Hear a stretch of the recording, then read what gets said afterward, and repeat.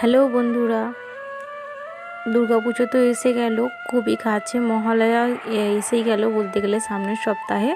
তো আমি দুর্গাপূজা এরপর লক্ষ্মী পূজা, তো সেই উপলক্ষে আমি আমার লক্ষ্মীর হাঁড়িটিকে রং করে নিয়েছি। তোমরা দেখতেই পাচ্ছ, আমি একদম নতুন করে খুব সুন্দর করে, মানে এটা আমার প্রথম লক্ষ্মীর হাঁড়ি তোলা হবে, তো আমি সেই হিসাবেই হাঁড়িটি রং করে নিয়েছি।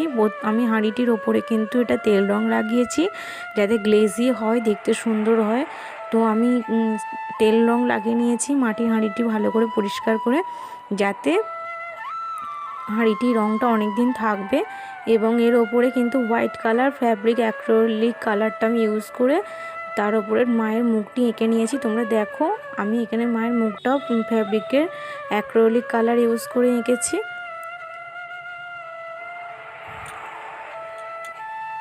এই প্রথম, আমি এর আগে অনেকের মা